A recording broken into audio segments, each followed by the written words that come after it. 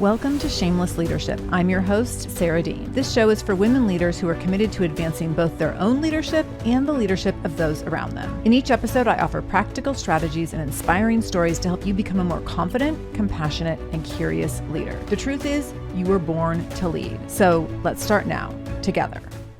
Hello, Shameless Leaders. So happy to be here with you today. It's very gray in Seattle today in the middle of summer, which feels a little bit weird and off-brand. Gray is on brand for Seattle, but not in July. So it feels a little off-brand. So I'm glad I'm doing an episode today on joy, because hopefully it will lighten the mood a little, because it's feeling a little heavy, a little November-y. I have a cardigan sweater on in July. It feels weird and wrong. So today we're talking about joy, and we're talking about leading with joy when the world's on fire. And I feel like I could have done this episode anytime since in the last few years, since 2020. There's just so many reasons to keep talking about this, as the world continues to be on fire, literally and figuratively, in so many different ways. What I'm noticing as I'm on calls with my coaching clients and in conversations personally and professionally, especially in recent weeks and months, is that when we're in this ongoing season, moment of unimaginable grief and unprecedented times, and I feel like it's annoying to say unprecedented times, because how many times are we going to say that and over the course of the 2020s? But here we are, we're still talking about unprecedented times. So when we're in the middle of this, again, unimaginable grief and unprecedented times, and it's really this collective grief and hardship, it can feel irreverent to talk about joy, to look for joy, to uphold joy, to demonstrate joy, to lead with joy.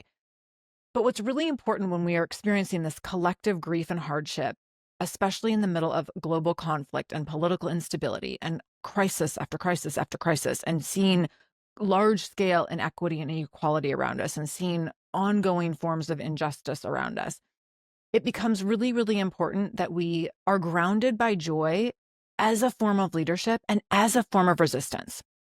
So I'm going to talk about I'm going to reference a handful of different people's work today.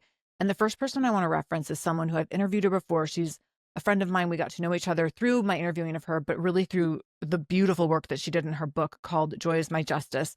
So Dr. Tanmeet Sethi, she talks about joy is my justice. And the way that Tanmeet talks about this is so important. She talks about joy as a form of resistance and a form of activism, that joy is not a nice to have kind of a thing. It is a need to have kind of a thing. It's not an escape. It's an essential tool. It's also your birthright. So we're going to keep coming back to that over and over again. But I wanted to make sure to mention Tanmeet's work from the very beginning, because she's taught me so much about this over the years. And I think it's really, really important that we are grounded around these couple key things from the beginning. So when we look at joy as part of the resistance, when we look at joy as activism, when we look at joy as an essential tool for staying human and keeping going and helping other people keep going, then what does that mean, and what does that look like, and what are the actual actions that we're taking on a regular basis? So we're going to be digging into that today. We're also going to be talking about myths around joy. So we're going to talk about some myths around leading with joy. We're going to talk about why joy matters so much, especially in leadership. And then I'm going to talk to you really specifically about tips for finding joy when the world is heavy. Because if you're thinking oh, great, Sarah, thanks. Now I have to go find some joy. And how do I even do that? Now that you're going to give me just more work to do, I'm going to give you some tools, okay? Tools and tips. I'm going to help you out, because I also know what it feels like to feel okay, I know that this is important. I know that this will make a difference for myself and for those whom I'm leading. And also, I can't find it. I can't find the joy that I need to do the work that I need to do right now. I've definitely been there. So let's talk a little bit about holding space for this tension. One of the things that I've noticed around me is that things seem to happen in a cascade. So when one thing seems to go sideways, it seems like a lot of other things go sideways. And so when the world feels really big and heavy and complicated, and so many things are falling apart and imploding and exploding and just really moving in ways I never saw coming, I also have found that at the same time, the people around me, and sometimes myself included, also seem to have crisis after crisis after crisis. So it's not only on a national or maybe even global level that there's these really big, hard, heavy things happening, but also on an individual level, I see people around me having to navigate the hardest, darkest moments of their lives. unrelated to what's happening in the world. Like they're already carrying the collective grief of what's happening in the world. And then they're facing intense personal situations, divorce, addiction, cancer, death, loss, grief. I've seen so much of this around me in the last year or so. And it keeps feeling like, oh my gosh, like, how many more things are going to happen? How many more people, like how much more suffering can we take as individuals and as a collective? So that tension around how can I hold joy when so many things are going so seemingly wrong feels really real to me and to so many of the people around me. So I find myself in this conversation a lot around honoring the pain and also reclaiming joy. And how do we do that? I think the first thing that's really important is overcoming some of the myths. So let's talk about the myths around joy that you might be holding for yourself. So when we think about joy, sometimes it can feel like if we choose to lead with joy, that means that we are either being ignorant or appearing ignorant to what's going on in the world and in other people's lives.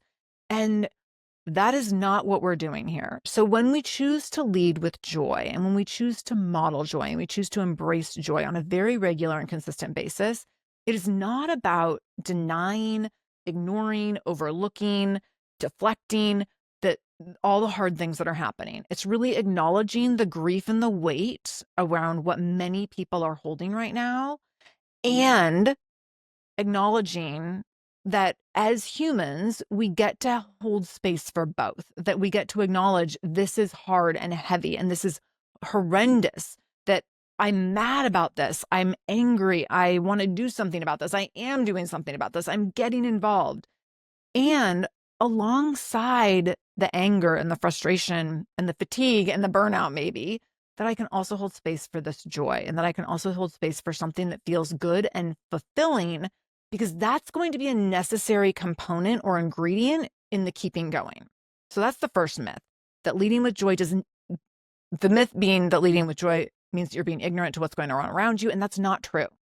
So the second myth then is when we choose that we must choose between honoring the hardships and modeling joy. That's not true either. So just like we're not ignorant, if we're not constantly addressing the hardship, if we're not constantly addressing the hardship, then we get to model joy from time to time. And we don't have to choose one or the other. We get to do both. So on any given day, in any given moment, I can say and I'll acknowledge and really be open about these things are really horrendous. And also these things are really great.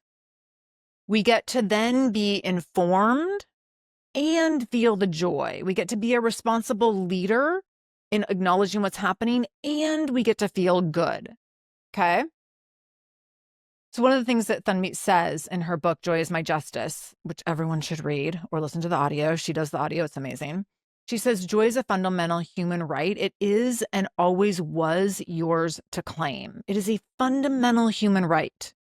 So alongside honoring the hard stuff, alongside being informed of everything that's happening, you're also getting to hold on to that joy as a fundamental human right as your birthright. That's myth number 2, or that's how we overcome myth number 2.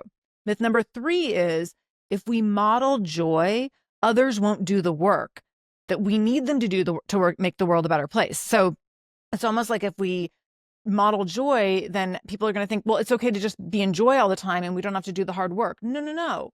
So modeling joy, if you're modeling joy in a both and context, you get to show that we are honoring joy in a way that honors the work that needs to be done. So we're honoring the work that needs to be done and honoring joy simultaneously, because the joy that we are holding will be required to sustain the work that we need to do. So honoring the hard stuff and honoring the joy, that's how we do the sustained work. There's another author, Rebecca Solnit, who says, joy doesn't betray, but sustains activism. And when you face a politics that aspires to make you fearful, alienated, and isolated, joy is a fine act of insurrection. Oh, I love this. So Thanmeet talks about joy being an act of resistance. Rebecca talks about joy being an act of insurrection. But what if we could take the thing that this element that is so crucial, that can be so full of meaning, and we can honor it in a way that is part of the resistance, it's part of the fighting back. That is so important. So then why does this matter? Why does joy matter? Why does modeling joy matter? Why does leading with joy matter? So first is because joy is a mental health imperative, not only for you, but also for the people around you. When we are holding on to joy, we are decreasing chronic stress. We're giving our nervous system a break. We're hopefully then decreasing our risk of some of the things that come from chronic stress and having a chronically heightened nervous system, including health conditions, including mental health conditions like depression and anxiety, including that propensity to burnout in really tough times. So we're upholding those positive emotions that counteract the physiological effects of stress. And this is going to be really, really important to your mental health, but also to your physical health. So joy is a mental, but I would also say physical health imperative. It becomes this crucial element of maintaining your health.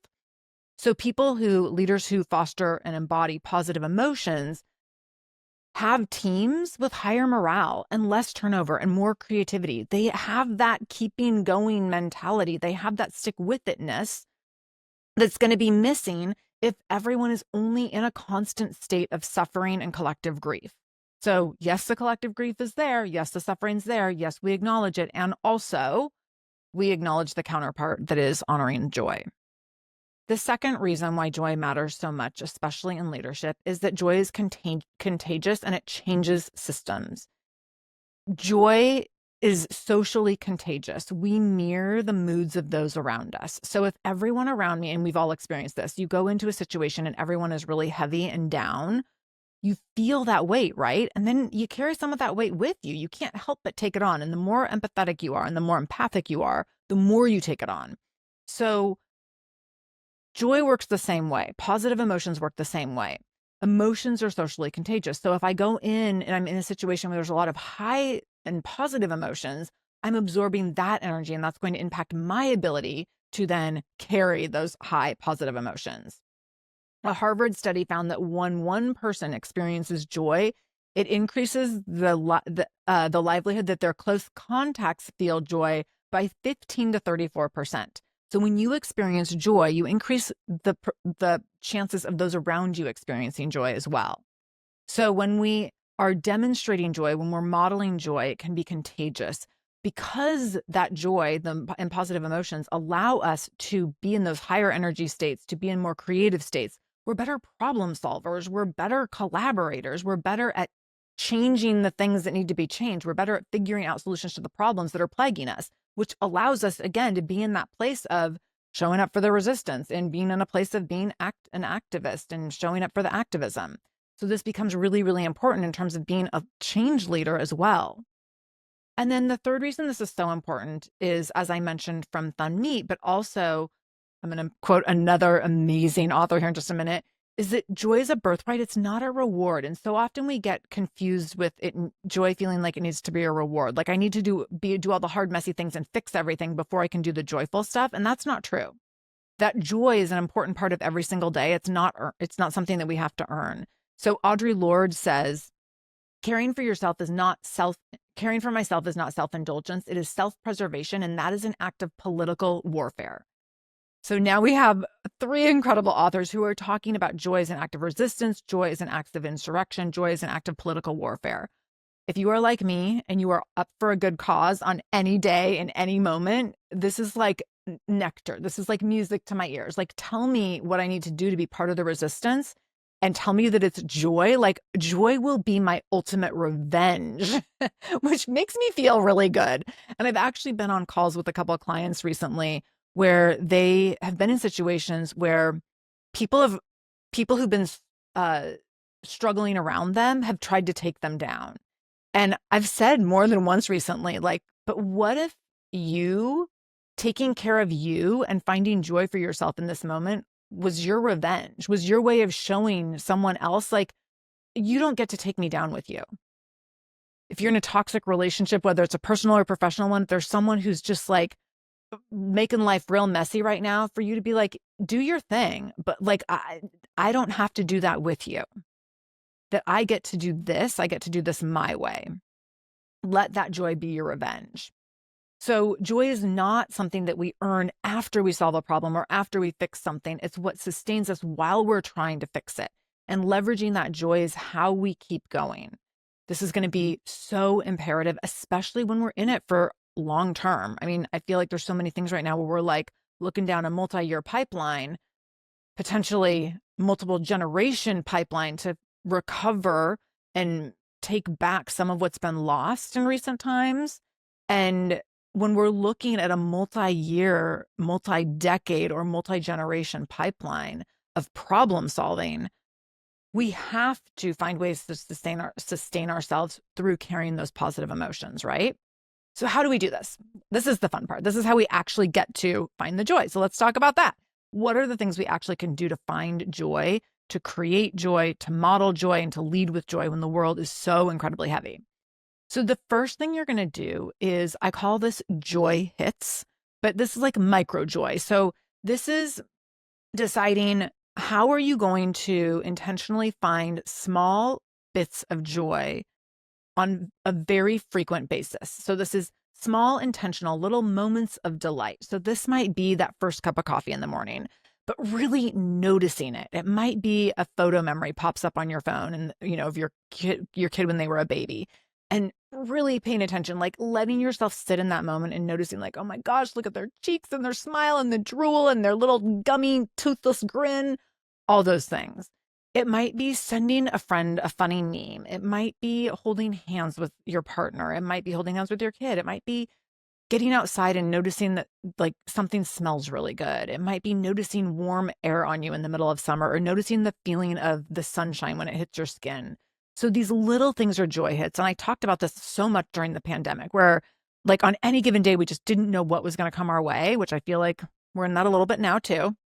And we had to find these moments. We had to really stop and pause and be mindful and notice, like, what do I see around me? What do I hear? What am I smelling? What can I touch that can give me some tactile sensation of something that is meaningful to me, that is bringing me joy, and that can allow me to pause in a moment to recognize that I have good things around me. When we train our brain to notice these little joy hits, it builds resilience over time. So what ends up happening is that we retrain our neural pathways. And when we retrain our neural pathways, we are actually advancing our brain's neuroplasticity. So what that means is that our brain is working in different ways to create new connections. And in those micro moments, it's not just that you're feeling good for a minute or for a second. It's that you're literally retraining your brain to keep looking for those things. You're training new patterns in your brain. When you're training new patterns in your brain to seek joy and to identify joy and to honor joy and hold joy and to pause for joy, that's changing the way that your brain works. So that's neuroplasticity. And when we talk about neuroplasticity, that's talking about your brain's plasticity or elasticity. So it's your brain's ability to reorganize itself by forming these new neural pathways and connections throughout your life. And that allows your brain to adapt and change in response to different experiences and to different learnings. And even to undo things that were maybe previously not serving it, or maybe even undo injuries in some case. This is the brain's actual capacity to rewire itself, to strengthen new pathways that are more functional to you or that are more rewarding to you. So this takes time and practice. It's like developing a new muscle. So if you're someone who struggles to find joy, you're not going to just suddenly tomorrow wake up and find joy everywhere. But if you can start to find a little bit of joy in these little moments over time, that builds on itself. And it's like, if you look at the research around gratitude practices, that people that practice gratitude over time build that as a muscle, and they then have that as a form of resistance because their brain is conditioned to finding the things that they're grateful for and identifying them and pointing them out and sitting in a moment and really internalizing, what does it feel like to be really thankful for something? So this is the same thing with joy. What does it really feel like to feel joy around something that you're experiencing? So this isn't just something that's super woo-woo. It's actually about your brain's wiring. And your joy can rewire your brain for resilience. And let me tell you, you know what you're going to need for the resistance and the warfare and the insurrection and all the activism? You're going to need the resilience. So this is really, really important. The second thing that you can do is create daily joy rituals. So creating daily things. So there's the first thing we talked about, joy hits. Those are like the things that happen in front of you and you're like, oh my gosh, I'm going to pause and take notice right now. You're noticing them as they happen. You're reacting to things as they happen. But creating daily joy rituals, that's intentionally creating things that are going to routinely happen that you know you really enjoy. So they're worked in so that even if everything goes sideways, you know, here's my 2 or 3 things today that I can count on. So this might be gratitude journaling in the morning. It might be sending funny memes to your friend or your sister or your kid in the morning. It might be making sure that you get 10 minutes outside every day at lunch to feel the sun on your shoulders. It might be sitting and doing a puzzle every evening before you go to bed. It might be playing with your dog in the yard. It might be working out every single morning for 10, 15, 20 minutes. Maybe it's a morning check-in with a friend. I know I have certain friends that I check in with almost every single morning. For me, here's one that I'm doing right now. I got to tell you, this is like so grounding. I just sent out an email. So if you get my emails, for my newsletter, my weekly newsletter, I talk about my new habit that I've recently discovered is having ChatGPT pull tarot cards for me every morning. And I got to tell you, it brings me so much joy. And it gives me like something positive to focus on every morning where I'm like, oh, I love that. Like, it's like I think it was yesterday that was, oh gosh, it was like I'm not going to, Queen of Cups, maybe. I'm probably saying this totally wrong. I don't know the lingo, but the message it was all about like permission to shine, like permission to take up as much space as possible, permission to shine, permission to be like as creative and full self as you want to be in order to have the impact that you want to have in the world. And I was like, oh my gosh, yes, I love this so much. And this is like, if you've been following me for any amount of time, like I'm all about taking up space and shining and helping other people do the same. So having ChatGPT pull a tarot card for me in the morning to give me this little thing to focus on and be grounded on that's positive makes all the difference. So that's a daily ritual that I'm doing now in the morning that is bringing joy. So those little tiny things that we are programming for ourselves that we know we can count on and that feel grounding or comforting, they bring that joy. Those rituals provide an anchor, and they can anchor us in purpose and in presence, even when everything around us feels unstable or insecure. As a leader, a recommendation here, another book recommendation. If you're looking for creating rituals within the workplace, there's a great book that I read for one of my grad school classes last year called The Rituals Roadmap: The Human Way to Transform Everyday Routines into Workplace Magic. It's by Erica Keswin. I'll put it in the show notes. If you go to sarahdean.com/podcast and click on this episode, episode 948, I'll link all these books that I'm mentioning and all these authors in the show notes. But this book, Rituals Roadmap, it gives all these different ideas for rituals that you can institute as a leader in the workplace that can bring so much joy and meaning in very small ways, but that build culture around joy and around positive emotion. And what this helps a culture do and sustain over time, especially during hard times, can be such a game changer. The third thing that you can do is to be in community. If you're anything like me, when things are really hard, you might want to pull away and be like, I just need time alone. I just want to crawl in a hole. I get it. I see you. I've been there. Sometimes I still go there, but I want to invite you to be in community and let yourself be in relationships, even if the person or the people that you're with, even if you all feel heavy, even if you're just coming together to be like, we're just in it together. It's all awful. We hate it here. Because what ultimately happens is that joy is amplified in relationships. And so even if you're coming together and you're just acknowledging all the hard things, that sense of connection still can bring joy and still can bring something positive. What usually happens, though, is even if you come together and everyone's feeling heavy and everyone feels the intensity, there's usually little cracks. There's little moments where you can laugh, where there's levity, where you can feel or see the brightness, where you see the light coming in. And you have the opportunity in those moments, in those spaces of community, to co-create joy and to feel like you're not alone. And that can be the game changer. That can be the game changer for the day, but it can also be a game changer for the season. The next thing that you can do to create joy as a leader and to lead with joy is to let joy coexist with the grief and be really clear that this is how it is. You're giving yourself permission to feel the good positive emotions and the big heavy emotions. You can feel angry at the state of the world and feel all the love for the people around you. You can feel depleted by grief and feel the satisfaction of doing meaningful work or having meaningful relationships or finding joy in a moment.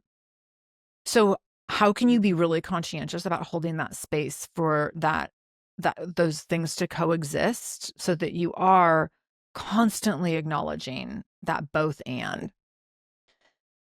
The next thing you can do is to use joy as leadership energy. So what does that look like? It's really being outward about asking, like, hey, who brought you joy this week? Or what brought you joy this week? Doing joyful check-ins, celebrating wins, deciding that like every Friday, like we're doing a wins roundup and everyone's going to share 3 wins from the week.